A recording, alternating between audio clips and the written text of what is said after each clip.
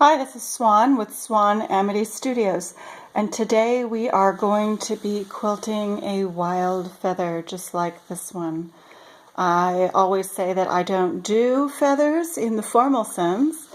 I like feathers that aren't doing a little curl every 2 inches exactly, but something with a little pizzazz, something with a little fun.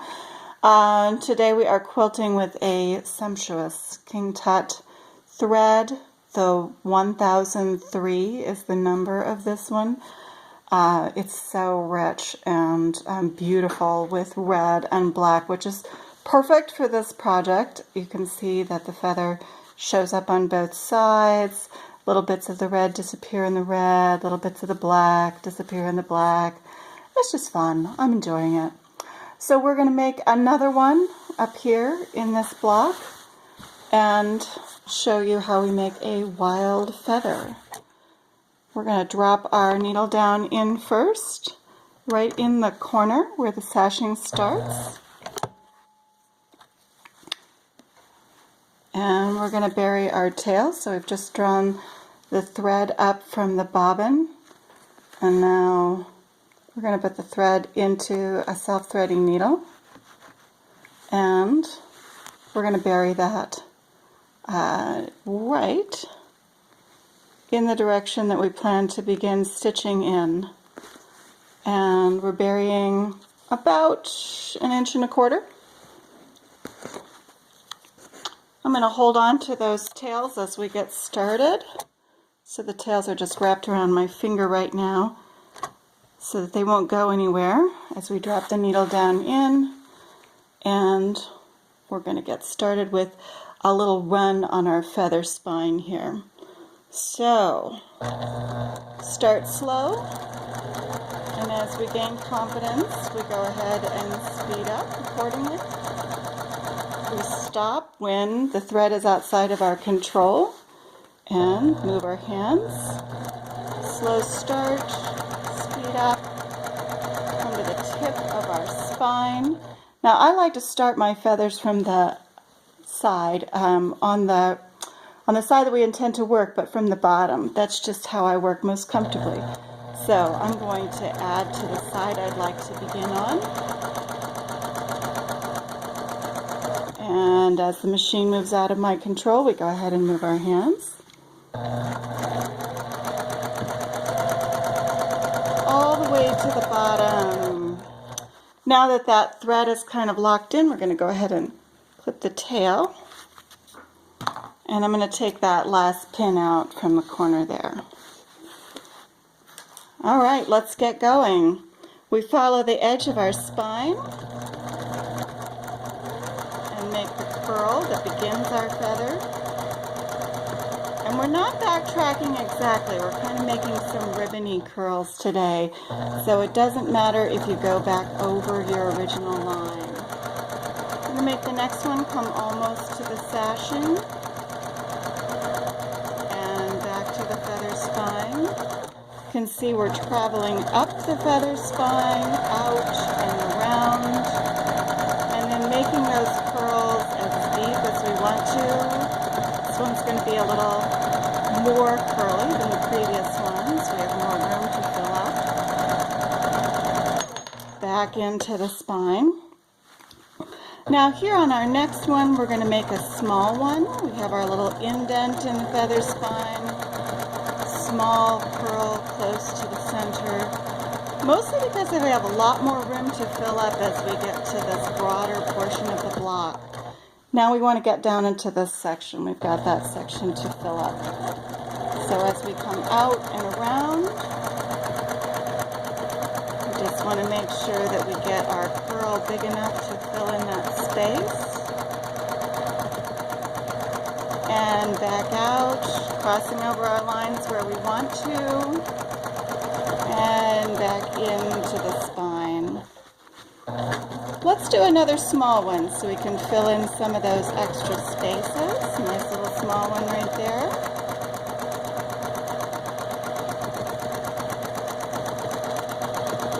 And now we're going to go out and around and try to get into this bigger space there in the corner.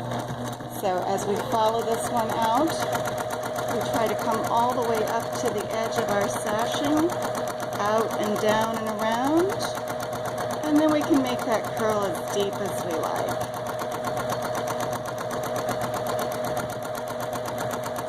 Now you can see you could come back into that little open space there one more time. If that's not as much fill as you would like, you could always return into that space and put an extra one in there. And maybe that's the density you were looking for. That's okay, you just have to be a little cautious coming back into that space on the spine. Okay, we're headed all the way up here. And we're just kind of following those little basic senses of if there's an empty spot, we put a curl in it. Coming out from the spine, kind of wildly tracking into the different areas that are empty. This is one that it's really fun to do a couple of drawings for in advance, so you kind of have a sense of how dense you want to be, what are you looking for from your curls. Do you want your curls to be similar or a little different? Do you want them to go different directions? Now we have to come back onto this side. So we've done this whole side of the feather, and what we're looking for now is to get back to the bottom. In many ways, you can just go ahead and start from the top and work your way back down. There's nothing wrong with that.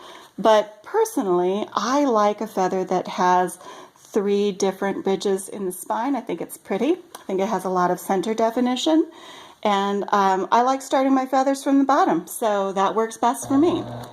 So we're going to put another side on our feather spine, coming down from the top, stopping and moving our hands where necessary. And as we come all the way down to the bottom, we're just going to kind of partner up with that spine where we started there, kind of bringing the two right together. Now, as we start on the second side, we're looking for the same type of curls, but we want to get a little further up this time because we don't have quite as much space on the bottom of this side. And working into the black doesn't show up as well on camera, but that's the quilt that we have under the needle today.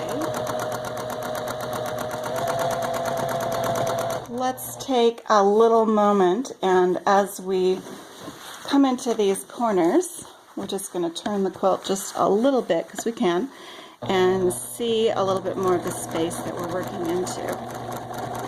Now, when I'm working with my students, I always say you have to get good at moving in all directions and not always being able to see everything quite as well as you would like to. But when you have the maneuverability, go ahead and utilize it to your advantage.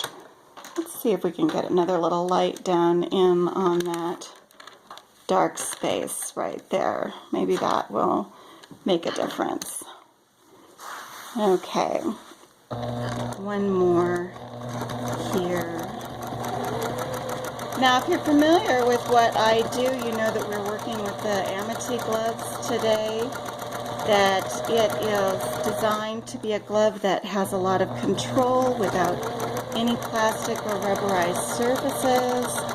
And the extra benefit of the glove in Arizona today is that it is 100 degrees outside today, which means that even though I have air conditioning on inside, it's warm. It's plenty warm today. So these are breathable, and boy, am I benefiting from that today.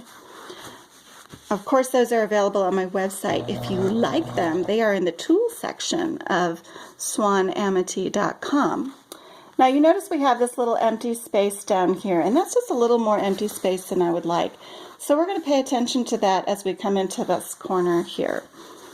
So here we go. We're coming into the corner, all the way down, coming up to the edge of the sashing, and now we're going to drop into that empty space. We've got a little bit of a bubble here, so we're just going to kind of move slowly to make sure that we manage the fabric, and drop all the way down into that space. Okay. See see how that worked for us. We get all the way down into the space. And as we come out, then that space was not as empty. That was nice. Okay, finishing up our feather. We've got just a couple more curls to go. Trying to get a couple of small ones and a couple of big ones into the space.